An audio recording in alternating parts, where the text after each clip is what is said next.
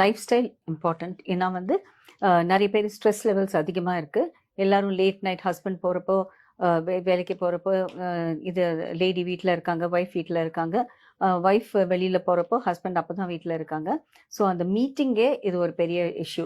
And number 2, 2 பேருமே அவ்வளோ டயர்டாக வராங்க வீட்டுக்கு. ஸோ அவங்களால கான்சென்ட்ரேட் பண்ண முடியல.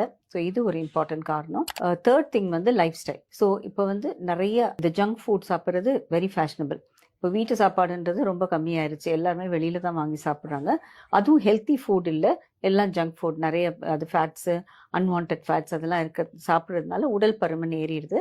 உடல் பருமன் எரிச்சனாலே அந்த ஹார்மோன்ஸ் வந்து டிஸ்டர்ப் ஆயிடுது. அதனால நிறைய பேருக்கு இந்த மாதிரி இஷ்யூஸ் இருக்குது. அண்ட் லேக் ஆஃப் ஸ்லீப், இந்த தூக்கம் சரியா இல்லாதனாலையும் அந்த மாதிரி இருக்கலாம்.